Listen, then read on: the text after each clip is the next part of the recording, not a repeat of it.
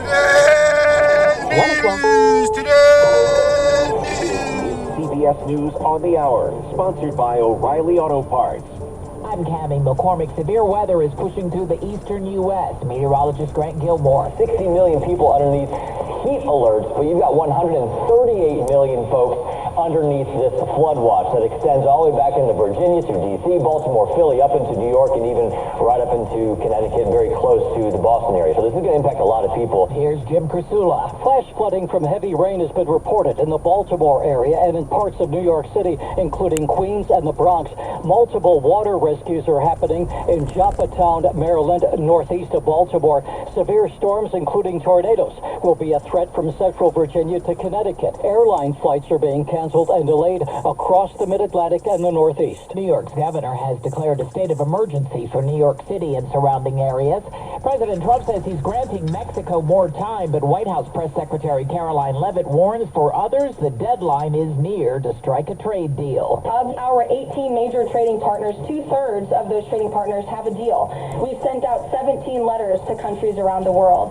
And the rest of those countries that either do not have a deal or have a letter, they will be hearing from this administration by the midnight deadline tonight. The White House is sending Mideast envoy Steve Witkoff to Gaza. In Israel, families of the hostages called for a ceasefire and a return of their loved ones. Please end this nightmare for all the Israeli people, end this nightmare for all the families that cannot live anymore, end this nightmare for the hostages. CBS's Deborah Patter reports on the aid situation in Gaza. They are starving, and what happens is the trucks are overwhelmed and looted. And aid organizations tell us it's not Hamas that is looting their trucks, but desperate Palestinians who, after a nearly 3-month aid blockade and then severe below starvation rations being allowed into Gaza, are so hungry, so desperate to feed their families, they will do anything to get their hands on food.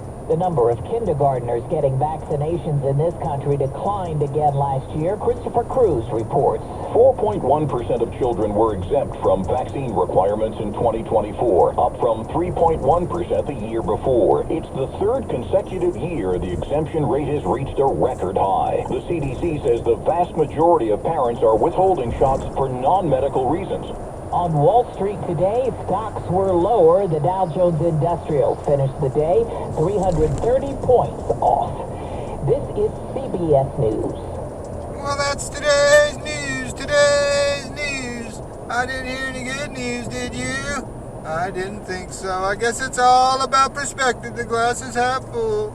Well, as always, I'd like to thank you again for coming along with me on these Dash Cam News adventures. You know the drill. Peace, love, and all that hippie jazz. Bye-bye, everybody. It's 75 degrees in American Canyon, California.